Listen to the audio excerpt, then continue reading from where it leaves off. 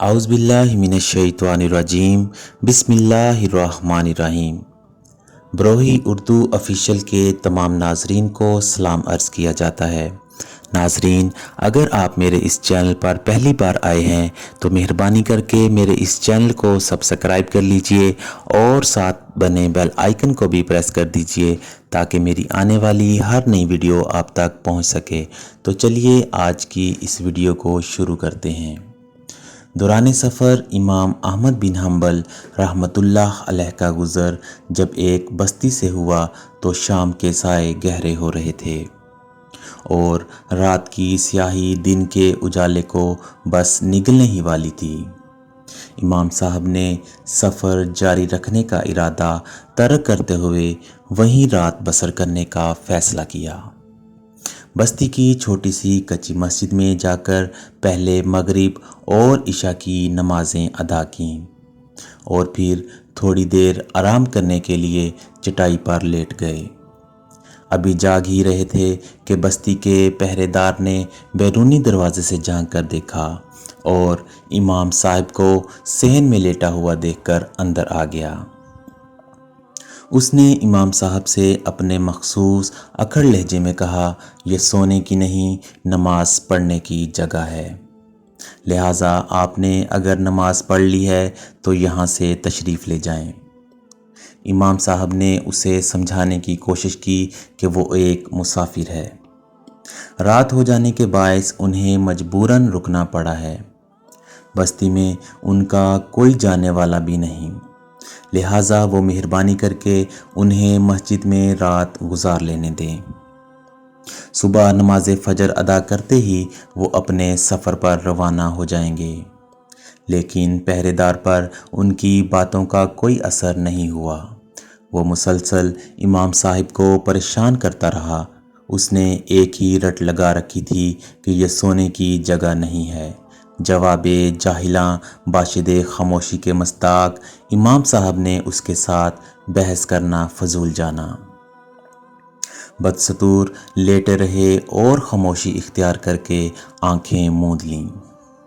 ان کا خیال تھا کہ پہرے دار تھک ہار کر چلا جائے گا، لیکن اس کم بخت نے جب دیکھا کہ امام صاحب اس کی کسی بات کا جواب نہیں دے رہا تو ہاتھا پائی پر اتر آیا اور جھپٹ کر امام صاحب کی ٹانگ پکڑ لی۔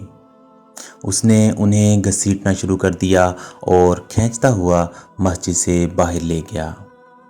وہاں ایک کھلے میدان میں پہنچ کر اس نے امام صاحب کی ٹانگ چھوڑی اور بولا، اب یہاں پڑے سوتے رہیے، آپ کو کوئی نہیں جگائے گا۔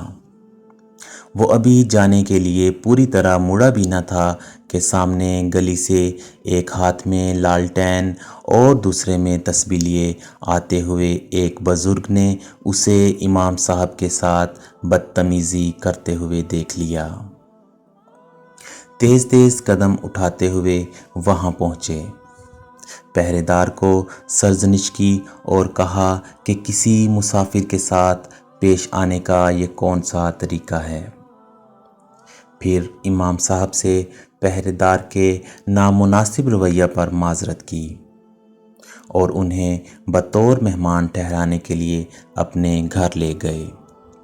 انہوں نے امام صاحب کے لیے کھانا بنوایا، آرام دہ بستر لگوایا، پانی لا کر منہ ہاتھ دھلوایا اور صبح ان کے وضو کے لیے لوٹا بھر کر رکھا۔ غرض اس بزرگ نے امام صاحب کی حتی المقدور خدمت اور خاطر تواضع کی۔ وہ بار بار امام صاحب کو اپنی بستی میں ہونے والی زحمت پر معذرت اور اظہار شرمندگی کرتے رہے۔ پھر مہمان کو آرام کرنے کا کہہ کر جب وہ بزرگ جانے لگے تو امام صاحب نے، جو اپنے میزبان کی شرافت اور حسن سلوک سے بے حد متاثر ہوئے تھے، انہیں ذرا ٹھہریں کہہ کر روکا اور فرمایا، اگر وہ برا نہ مانے تو وہ ان سے کچھ معلوم کرنا چاہتے ہیں۔ اجازت پا کر امام صاحب نے پوچھا، یہ آپ ہر وقت کس کی تسبیح کرتے رہتے ہیں؟ بزرگ نے جواب دیا، استغفار کی۔ امام صاحب نے پھر دریافت کیا کہ کب سے پڑھ رہے ہیں؟ وہ بولے میں نے کبھی شمار تو نہیں کیا، البتہ ایک مدت گزر چکی ہے اور میں جوانی سے بڑھاپے کی حدود میں داخل ہو گیا ہوں۔ کچھ حاصل بھی ہوا؟ یہ امام صاحب کا اگلا سوال تھا۔